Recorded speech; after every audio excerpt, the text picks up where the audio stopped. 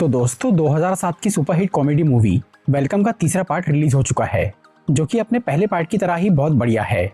इस मूवी की स्टोरी और एक्शन तो बढ़िया है ही, ऊपर से यहाँ बॉलीवुड के कई सारे अच्छे एक्टर्स भी मौजूद है, जिनकी वजह से ये मूवी बहुत एंटरटेनिंग बन जाती है। अगर आप सोच रहे हैं कि एक कॉमेडी मूवी में ऐसा क्या है, तो ये वीडियो देखते रहिए। आज मैं welcome to the jungle movie को शॉर्ट में एक्सप्लेन करूंगा, तो चलिए शुरू करते हैं।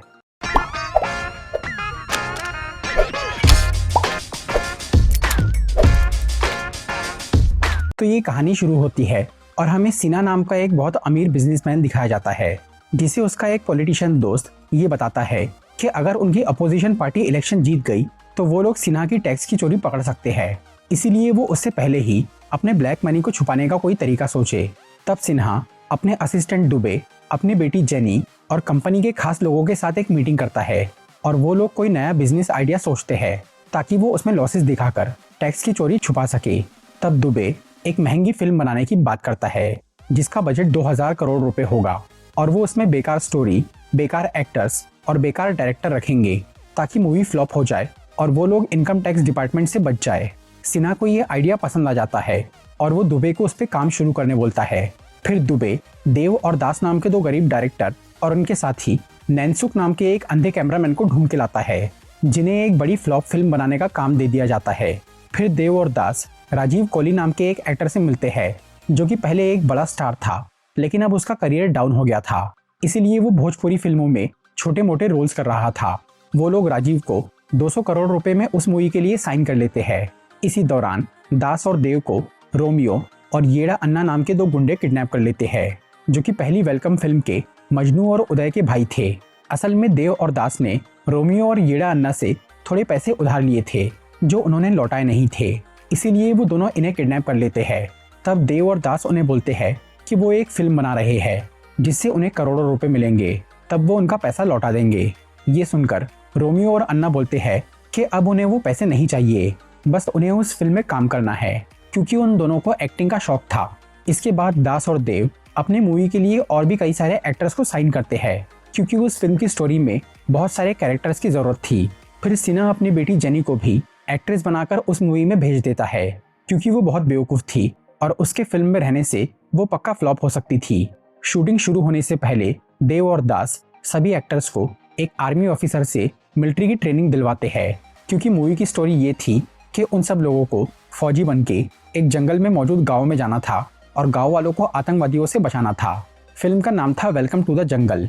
फिर वो सब मिलिट्री की ट्रेनिंग लेके शूटिंग शुरू करते हैं, जिसके लिए वो एक बहुत बड़े सेट पे जाते हैं।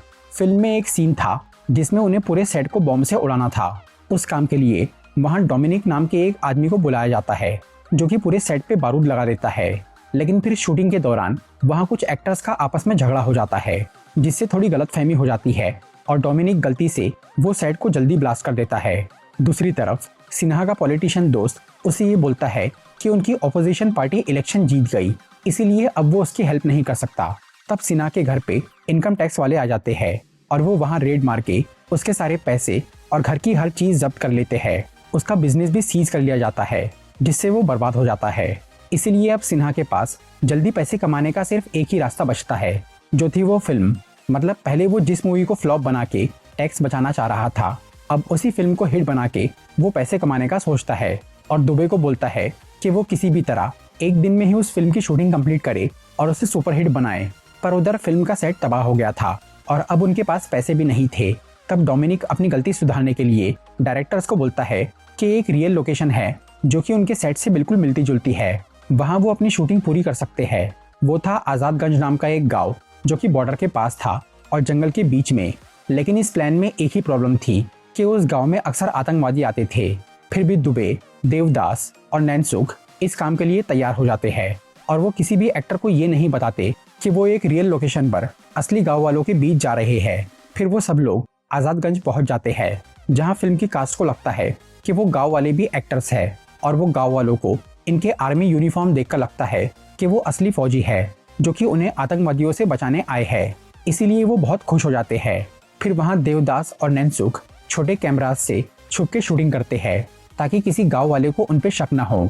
दूसरी तरफ उन टेररिस्ट के लीडर जतारा को ये खबर मिलती है कि आज़ादगंज में इंडियन आर्मी वाले आए हैं इसीलिए वो अपने 4 आदमियों को उनसे निपटने भेज देता है। इधर दास और देव अपने एक एक्शन सीन के लिए 4 गुंडे जैसे आदमी ढूंढ रहे थे।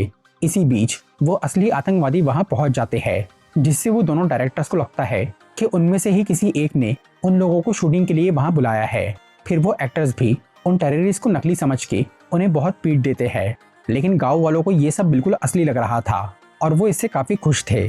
फिर वो एक्टर और डायरेक्टर अपनी फिल्म की हैप्पी एंडिंग के लिए एक गाना शूट करते हैं और जब वो वहां से निकलने ही वाले होते हैं तभी वहां ज़तारा अपनी पूरी फौज लेकर आ जाता है, जो कि अपने आदमियों की पिटाई से बहुत गुस्सा था। लेकिन वो एक्टर्स अभी भी उन टेररिस्ट को नकली समझ रहे थे और उनके सामने डायलॉग बाजी कर रहे थे। पर जब ज़तारा वहां पे रोमियो के हाथ पे एक गोली मारता है और उसे बहुत दर्द होता है, तब देव और दास को पता चलता है कि वहां असली आतंकवादी आए हैं। इसीलिए वो सभी एक्टर्स को ये बता देते हैं कि वो गांव, वहां के लोग और वो टेररिस्ट असली है। ये सुनकर सब हीरो हीरोइन बहुत डर जाते हैं और वो ज़तारा से माफी मांग के उसे बोलते हैं कि वो लोग सोल्जर्स नहीं बल्कि एक्टर्स है और वहां शूटिंग के लिए आए हैं, इसीलिए वो उन्हें छोड़ दे। इसके बावजूद भी वो आतंकवादी उन्हें मारने का फैसला करते हैं।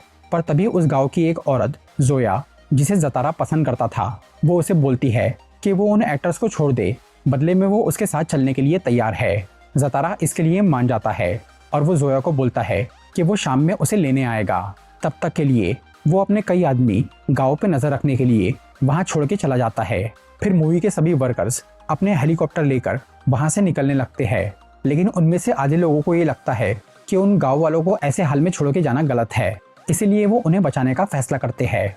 पर राजीव और कुछ लोग इस मुसीबत में फंसना नहीं चाहते थे, इसीलिए वो वहां से जाने लगते हैं। तभी वहां पे जोया आती है और वो अपनी बेटी उर्वी को राजीव के पास देकर बोलती है कि वो उसे लेकर चले जाए ताकि वो इस बुरे माहौल से निकलकर अच्छी जिंदगी जी सके। फिर राजीव और उसके साथी वहां से निकल जाते हैं, लेकिन रास्ते में उन्हें अपनी बुज़दिली पे बहुत पछतावा होता है और वो बच्ची उर्वी, जो कि ज़तारा के हाथों अपने पिता की मौत देखकर गूंगी हो गई थी, वो अब अपनी माँ से दूर जाने के गम में जोर से चिल्लाती है तो उसकी आवाज़ वापस आ जाती है। ये देखकर राजीव और उसके साथियों का दिल पिघल जाता है और वो गाँव की तरफ लौट जाते हैं। उधर आधे फिल्म वाले उन टेररिस्ट से लड़ना शुरू करते हैं। तभी वहां बाकी लोग भी आ जाते हैं और उनकी मदद करते हैं और वो सब लोग मिलकर उन आतंकवादियों को खत्म कर देते हैं। फिर वो ज़तारा से लड़ने की तैयारी करते हैं, लेकिन इतनी बड़ी फौज से लड़ने के लिए उनके पास हथियार नहीं थे। तब गांव के 2 आदमी, जो कि पहले उन आतंकवादियों से मिले हुए थे, वो सबको ज़तारा के हथियारों के गोदाम का पता बता देते हैं और उन फिल्म वालों को वहां लेकर चले जाते हैं, जो कि वहां से कई सारे वेपन्स और बॉम्ब निकाल लेते हैं। तभी उन लोगों को उस गोदाम के नीचे कुछ इंडियन सोल्जर्स मिलते हैं, जिन्हें ज़तारा ने 15 साल से वहां कैद रखा था। उनमें से 3 थे करण, अर्जुन और दुर्योधन, जो कि पुराने महाभारत सीरियल के ओरिजिनल एक्टर्स थे। और चौथा आदमी उनका सीनियर था विश्वजीत कोहली, जो कि असल में राजीव का पिता था और वो 15 साल पहले एक आर्मी मिशन के दौरान गायब हो गया था। तब वो सभी सोल्जर्स भी इन फिल्म वालों के साथ मिल जाते हैं और उस गोदाम को बॉम्ब से उड़ा देते हैं ताकि ज़तारा और उसके साथियों को हथियार न मिल सके। फिर वो लोग आज़ादगंज वालों को वहां से निकाल के बॉर्डर पार कराने की तैयारी करते हैं, क्योंकि वो गांव पाकिस्तान ऑक्यूपाइड कश्मीर में था और टेररिस्ट के कब्जे में था। इसलिए अब वो सोल्जर्स आर्मी वालों को कॉल करके बोलते हैं कि वो जैसे ही उस गांव को खाली करेंगे तब वो वहां मिसाइल गिरा दे ताकि उन टेररिस्ट का नामो निशान मिट जाए।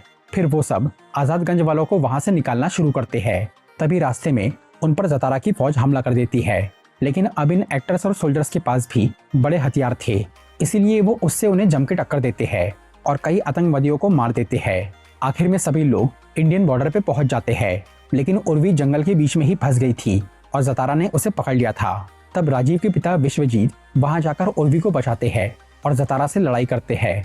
तभी इंडियन एयरफोर्स वहां पहुंच जाती है और आज़ादगंज पे बॉम्ब गिराना शुरू करती है, जिससे राजीव और बाकी लोगों को लगता है कि उर्वी और विश्वजीत उस गाँव में मारे गए।